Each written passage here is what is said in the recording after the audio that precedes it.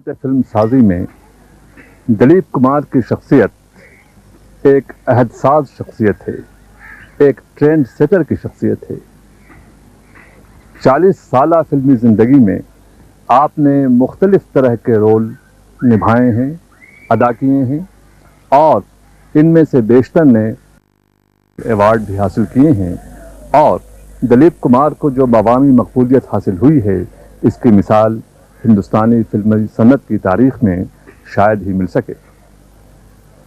جوار بھاٹا اور پرتیما سے لے کر دنیا اور آگ کا دریا تک ایک لمبا سفر ہے، اور اس لمبے سفر میں دلیپ کمار نے کبھی تھکنا نہیں سیکھا۔ انہوں نے مختلف طرح کے رول نبھائے، رومانی بھی، غیر رومانی بھی، ہیرو کی حیثیت سے بھی، ہیرو کے والد کی حیثیت سے بھی، ہیرو کے دادا کی حیثیت سے بھی۔ ان سارے رولوں میں انہوں نے نہایت ہی نمایاں کامیابی حاصل کی ہے۔ آج ہم آپ سے ان کی ملاقات کرا رہے ہیں۔ دلیپ صاحب، یہ ہماری خوش نصیبی ہے کہ آپ ہماری اس ریاست کے خطے میں سری نگر میں تشریف لائے ہیں۔ اس سے پہلے بھی آپ تشریف لاتے رہے ہیں ہماری اس وادی میں۔ اب یہ جاننا چاہیں گے کہ آپ اتنے دنوں کے بعد تشریف لائے ہیں تو آپ کے کیا تاثرات ہیں؟ آپ نے کچھ تبدیلیاں دیکھیں ہمارے ماحول میں، ہمارے اس قدرتی نظاروں میں؟ یہ وادی تو ایک سراپا حسن ہے، وہ تو آپ جانتے ہیں جی، صدیوں سے لوگ اس کے گن گاتے آئے ہیں۔ اس کے حسن میں تو کوئی کمی نہیں، اضافہ ہی ہوتے دیکھا میں نے۔ یہاں آنا ایک طرح سے جا کے جیسے جنت کو چھو کے لوٹ آنے کے برابر ہے۔ یہ وادی، یہاں کی فضا، کشمیری کلچر، یہاں کی تاریخ، لوگوں کی ذہنی اور اخلاقی ساخت بہت حسین اور خوبصورت ہے۔ اور سوائے اس کے کہ اس سال ذرا اب کی بار جو ہے تو چہل پہل ذرا میں کم دیکھی، ورنہ مقام تو ویسے ہی خوبصورت ہے، حسین ہے۔ دلیپ صاحب، آپ نے ہندوستانی فلموں میں غالباً پہلی بار مکالموں کی ادائیگی کا ایک بالکل نیا طرز اختیار کیا، یعنی لمبے لمبے مکالموں کی جگہ مختصر جملے، سجے سجائے جملوں کی جگہ عام بول چال کی زبان۔ کبھی آپ نے خاموشی سے اپنے جذبات کے اظہار کے لیے موقع تلاش کیا، کبھی حرکات و سکنات سے، چہرے کے حرکات و سکنات سے، فیشل ایکسپریشن سے آپ نے اس کیفیت کو ظاہر کرنے کی کوشش کی۔ یہ یعنی یوں کہنا چاہیے کہ ڈرامائی انداز جو پہلے تھا اس کی جگہ ایک سنیمیٹک میڈیم آپ نے پیش کیا، اور غالباً یہ ہمارے یہاں ایک نئی چیز تھی۔ اس سلسلے میں آپ کچھ ارشاد فرمانا چاہیں گے؟ بعض دفعہ ایسا ہوتا ہے کہ کچھ باتیں ہیں جو کہہ دیں اچھی لگتی ہیں، کچھ جو ان کہی رہ جائیں وہ زیادہ حسین ہوتی ہیں۔ تو میں چونکہ بنگالی اسکول سے متعلق تھا، اس لیے سافٹ اور انڈر ٹون کی اداکاری، اسی قسم کی تشکیل جی، کہانی کی، اسی قسم کی کردار اور ویسی ہی کردار نگاری، تو ایک بیسک اسکولنگ جو ہے، اور میری شاید اپنی ذاتی فطرت کے بھی قریب رہی ہو یہ بات، جس سے بنتے بنتے ایک تیور بن گیا۔ جی، پھر لوگوں نے اس کو نام دیے کہ یہ کم گوئی ہے، یا اس میں ان کہی بات جو ہے وہ زیادہ نمایاں ہوتی ہے۔ میں نے ایسے کوئی منصوبہ نہیں بنایا تھا، یہ خود بخود بن گیا۔ نہیں، یا تو گرومنگ ہوئی اس طرح کی آپ کی جو بنگالی فلم ساز تھے بمبئی ٹاکیز میں، اور پھر آپ کی وہ فلم جو ملن آئی تھی بطور خاص، جو آپ کی فلمی زندگی کا پہلا اہم رول تھا جس میں۔ کردار نگاری میں بھی ایسا ہوتا ہے کہ مختلف کردار ہوتے ہیں، مختلف قسم کا سبجیکٹ ہوتے ہیں، آپ اس کردار سے الگ ہٹ نہیں سکتے، جی، لیکن کردار میں رہ کر اس کے اندر کوئی نہ کوئی ایک تیور آپ ایسا پیدا کر سکتے ہیں جیسے کوئی کسان کا ہے. تو یہی نہیں کہ میں نے انٹروورشن کے یا دیوداس یا ملن کی طرح کے کردار کیے ہوں. بعض دفعہ ایسا بھی کام کرنا پڑا جس میں کہ ایکسٹروورشن زیادہ ہے. جی ایسے بھی کردار کیے. گاؤں کا کردار، دیہاتی کردار، یا کوئی فارمل قسم کا کردار جس کو ہم جیسے مغل اعظم میں جی ہاں وچ کالس فار ایک الگ قسم کا ڈیلینیشن، الگ قسم کی رینڈرنگ. تو مانگ تو الگ الگ کردار کی اپنی ہوتی ہے. ہر چیز پر ایک چیز، ہر شخص پر ایک کوئی نہ کوئی چیز زیادہ اثر کرتی ہے. کچھ لوگ تعجب ہوگا آپ کو کہ جب مجھے ملتے ہیں تو میری کامیڈیز کی بات کرتے ہیں کہ آپ کامیڈی اور کیوں نہیں کرتے. لیکن ایک ایکٹر جو ہے وہ اپنے کردار کے اندر ایک حد تک محدود ہو جاتا ہے، اور اپنے کردار سے نہ وہ زیادہ اونچا جا سکتا ہے نہ اس سے زیادہ ہٹ سکتا ہے. اس دائرے میں رہ کر جو کچھ مجھ سے بن پڑا میں نے کیا. اب وہ جیسا جب بھی لوگوں کو لگا ہو. آپ کو المیہ نگاری کا بادشاہ یعنی ٹریجڈی کنگ کہا جاتا ہے.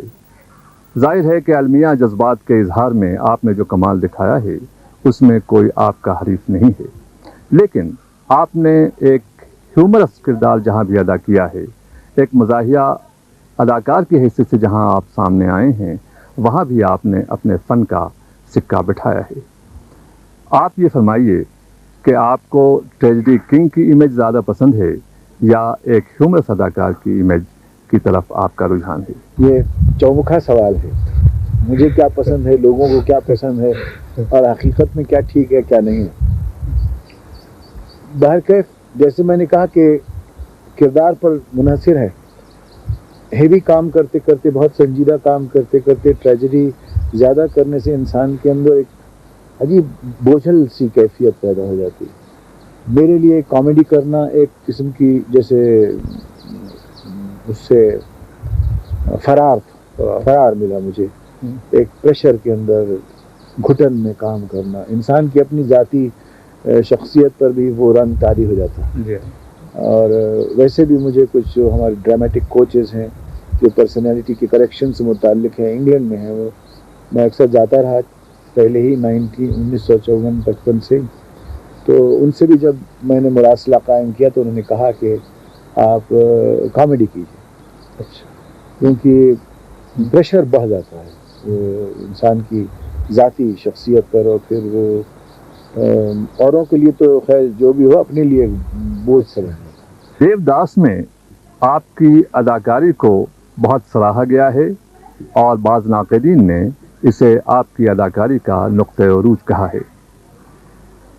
دیوداس کے رول میں اس سے پہلے سہگل بہت اچھا کام کر چکے تھے اور انہیں بڑی مقبولیت حاصل ہوئی تھی. ایک طرح سے انہوں نے اس رول کو امر بنا دیا تھا. اب آپ بتائیے کہ آپ نے اس رول کو کس طرح ادا کیا؟ میرا مطلب ہے how did you leave the role? Sehgal صاحب نے جو کیا تھا وہ میں نے دیکھا نہیں تھا،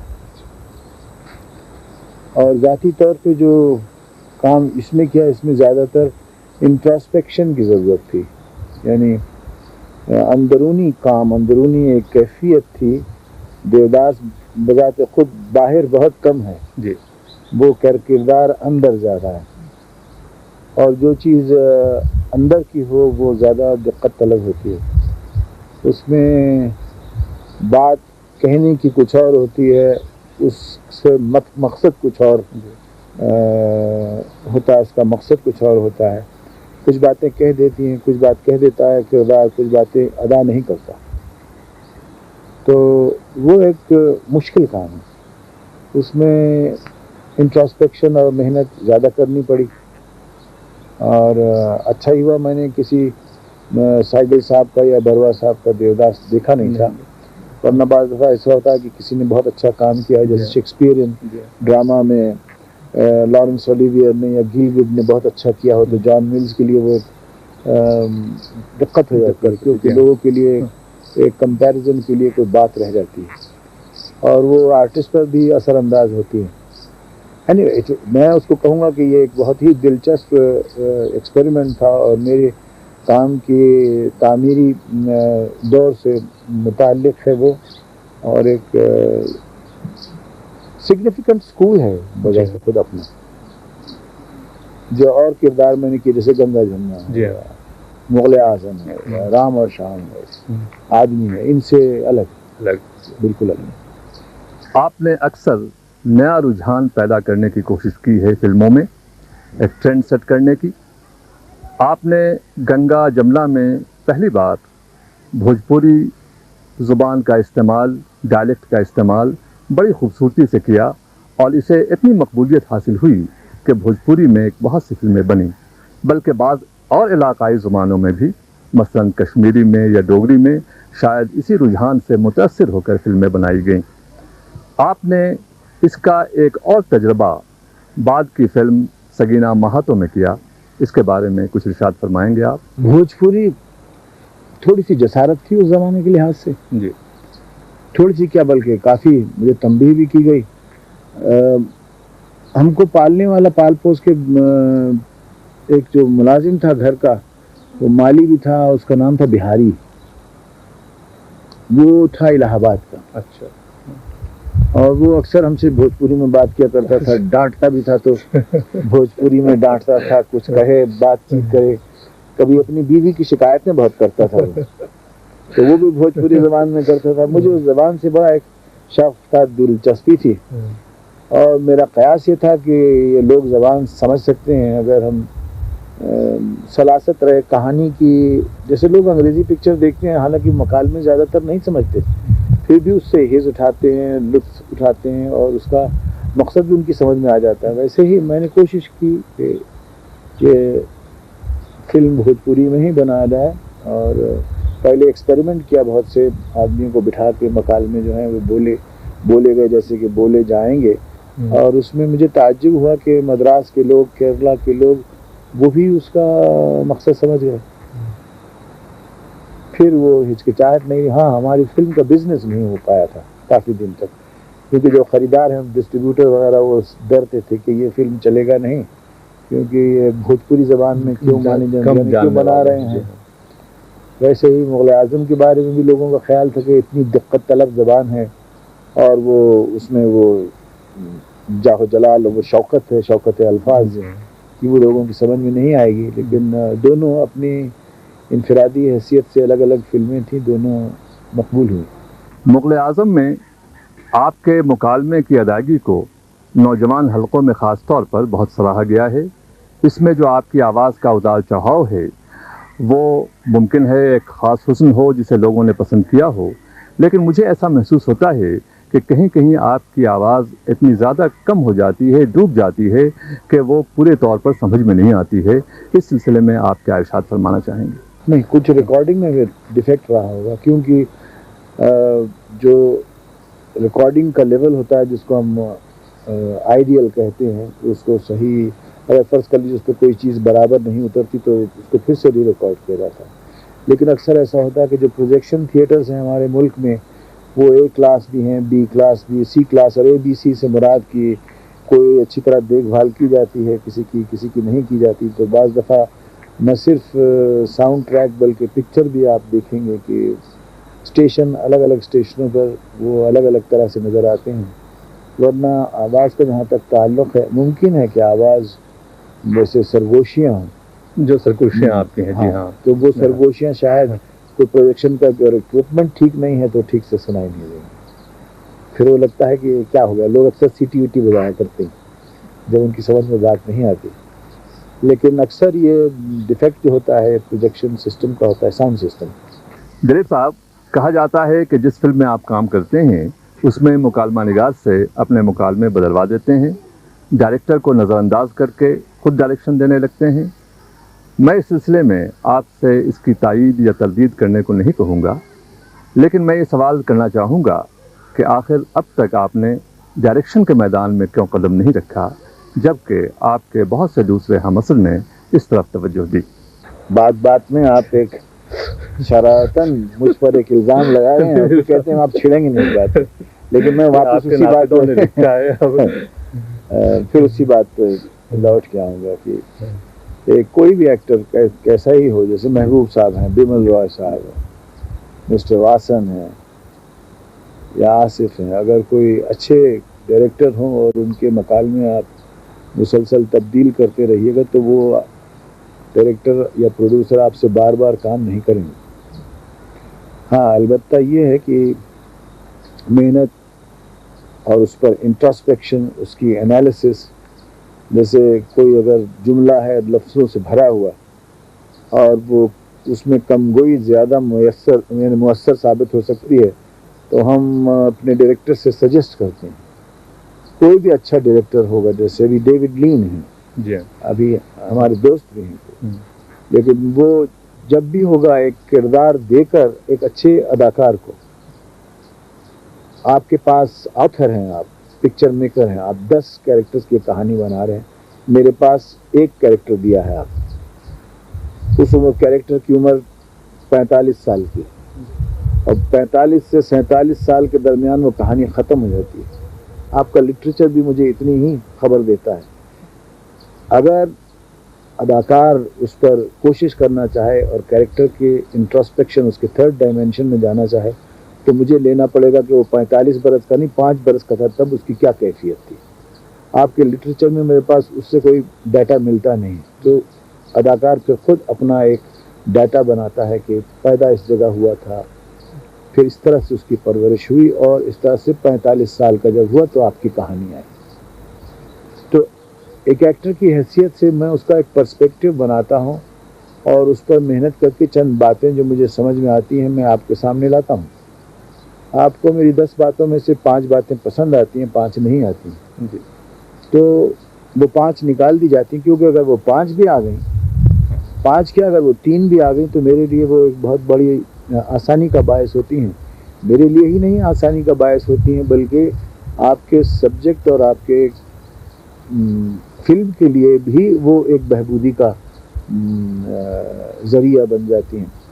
کوئی اچھا ڈائریکٹر غلط سجیشن کو نہیں قبول کرے گا، اور ہر اچھے ایکٹر کو چاہیے کہ وہ اپنے کردار پر پوری توجہ سے کام کرے، لیکن اس کی ڈرامیٹرجی کے دائرے کے اندر رہ کر، کیونکہ صرف میں اپنے ہی کیریکٹر کو سوچوں تو وہ مناسب نہیں ہوگا۔ یہ جو نقاد کچھ ہیں، کچھ جرنلسٹ، جیسے آپ نے کہا آپ نے ان سے متاثر ہو کے یہ بات کہی ہے، تو اس بات کا جواب رہا ڈائریکشن خود کرنا، تو یہ 2-4 فلمیں ہیں جو میں نے خود ہینڈل کی ہیں۔ جس اسکول سے ہم آئے ہیں وہاں وہ بامبے ٹاکیز میں mister Sashadhar Mukherjee, mister S Mukherjee, mister Gyan Mukherjee, واچا صاحب، یہ مل کر کام کیا کرتے تھے، لیکن ڈائریکٹر میں ایک آدمی کا نام ہوا کرتا تھا، مسٹر ایم آئی دھرم Singh junior. This is the result of team work. اور کچھ لوگ اپنا انڈیپینڈنٹ نام بھی دیتے ہیں، میں نے اپنے نام سے کوئی فلم کیا نہیں ہے اور ایسا کروں ایسا کوئی ارادہ بھی نہیں ہے۔ I believe in breaking down the work and marshalling جو اس کا جو ہوتا ہے ڈرامائی پہلو، اگر میں خود پکچر کو ہینڈل کر رہا ہوں تو اس ڈرامائی پورشن کو میں خود کروں گا۔ اور آج کل آپ دیکھ رہے ہوں گے کہ ایکشن جو ہے یا میوزیکل چیپٹرز ہیں وہ دوسرے لوگ کرتے ہیں۔ ایٹماسفیرک شاٹس میں ڈیوڈ لین بنگلور میں تھا تو اس کا ایک یونٹ یہاں سری نگر میں کام کر رہا تھا۔ اتنا وسیع ہو گیا ہے کہ یہ ٹیم ورک جو ہے یہ زیادہ سوٹ کرتا ہے۔ باقی آپ کا سوال یہ ہے کہ میں خود ڈائریکشن کا نام کیوں نہیں دیتا یا کرتا کیوں نہیں ہوں، تو یہ ایک پرسنل ایپٹیٹیوڈ کی بات ہے۔ تھوڑا سا کلمزی سمجھتے تھے ششدر مکھرجی صاحب سے، ہم جب کہتے تھے آپ اپنا نام کیوں نہیں دیتے تو وہ ڈانٹ دیا کرتے تھے، تو ہم سمجھتے تھے یہ شاید ٹھیک بات نہیں ہے، کوئی خاص اس کے پیچھے ایسے کوئی پیچیدگی مضمر نہیں اس کے پیچھے۔ دلیپ کمار صاحب، یہ تو آپ بھی جانتے ہیں کہ آپ بڑے مقبول اداکار ہیں، لوگ آپ سے محبت ہی نہیں عقیدت بھی رکھتے ہیں، ایک طرح کی پرستش کرتے ہیں، پوجا کرتے ہیں، جس کو ہم ہیرو ورشپ کہہ سکتے ہیں۔ یہ جانتے ہوئے آپ کے دل میں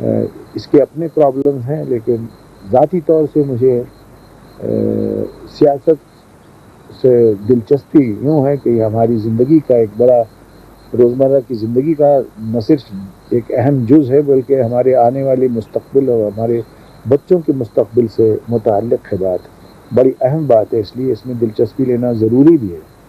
اور امن اور سکون اور عقل مندی اور دانشوری کے جتنے بھی منصوبے ہیں، لوگ میں نے دیکھا اکثر شرارت کرتے ہیں اور ان کو بگاڑ دیتے ہیں۔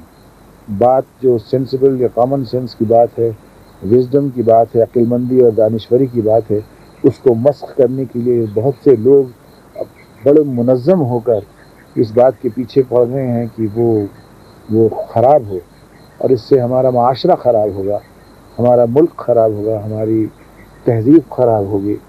اور میرے خیال سے اس خوبصورت سنہری دور میں جب کہ انسانی ذہن بڑی اونچی اونچی تخلیق اور اونچائیوں پر پہنچ چکا ہے، اس قسم کا خیال اور اس قسم کی فکر جو ہے وہ بڑی ہی بھدی اور بدصورت ہے۔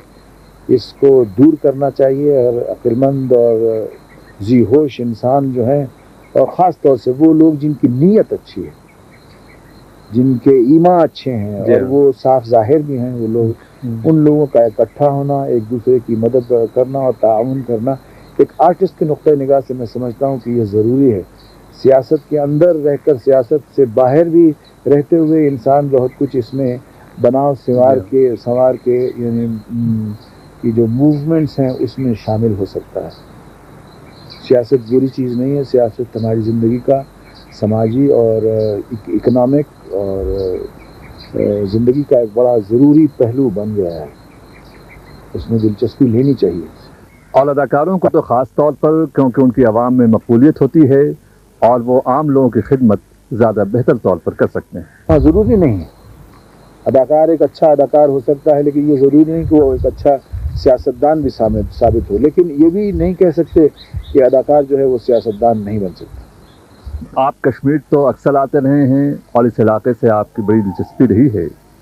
کسی زمانے میں یہاں کی مشہور شاعرہ حبہ خاتون پر ایک فلم بنانے کی بات چیت چل رہی تھی، اس سے بھی آپ کا تعلق سنا گیا تھا، معلوم نہیں پھر اس سلسلے میں کیا پیش رفت ہوئی؟ اس وادی میں کیا کچھ نہیں کیا جا سکتا، بہت کچھ سوچا جا سکتا ہے۔ صورتحال بننی چاہیے۔ حبہ خاتون پہ بہت کام کیا گیا ہے، محبوب صاحب نے کیا تھا، جی ہاں، وہی بنانا چاہتے ہیں۔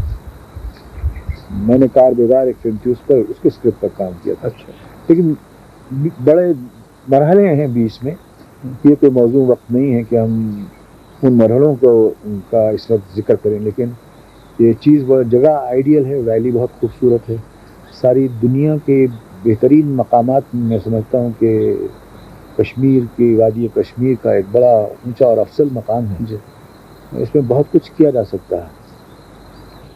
ایک شہری کی حیثیت سے میں سوچتا ہوں کہ اتنا کچھ ہو نہیں رہا، یا اس کی ذمہ داری کس پر عائد ہوتی ہے وہ میں کہہ نہیں سکتا ہوں۔ ایک آرٹسٹ ہوں، ایک شہری ہونے کے ناطے میں یہ تبصرہ جو ہے میرا ایک نیتی پر مبنی ہے، اس میں کوئی تخریبی پہلو نہیں ہے، بلکہ تعمیری نقطہ نگاہ سے بات کر رہا ہوں۔ آج کل کمرشل فلموں اور آرٹ فلموں کا بڑا چرچا ہے اور اس پر اکثر بحثیں ہوتی رہتی ہیں، کیا یہ ایک دوسرے سے بالکل مختلف اور متضاد ہیں، یا پھر یہ کہ آرٹ فلموں کے لیے بھی تجارتی لحاظ سے کامیاب ہونا نہایت ضروری ہے، ورنہ پھر آرٹ فلمیں بنانے کی طرف ہمت کون کرے گا؟ ایکیڈیمک سنیما میں اس سے جہاں آپ فلم بنا رہے ہیں کسی کسان پر، لیکن آپ کا ایک بڑا اربنائزڈ ویو ہے، اس کا دیکھنے والے کا لینس، کیمرہ کا لینس بڑا سوفسٹیکیٹڈ اور اربنائزڈ ہے، وہ بڑا شہری ہے، تو گاؤں والا آپ کا فلم بڑا اچھا بنا ہوگا لیکن دیکھے گا اس کو، وہ اپنے آپ کو نہیں پائے گا، کیونکہ آپ کی نظر بڑی سوفسٹیکیٹڈ ہے۔ It's the village life as projected by a city man۔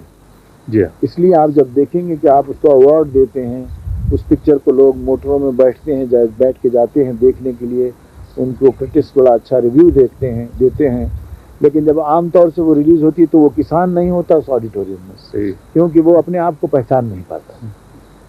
It's only a sophisticated idiom of rendering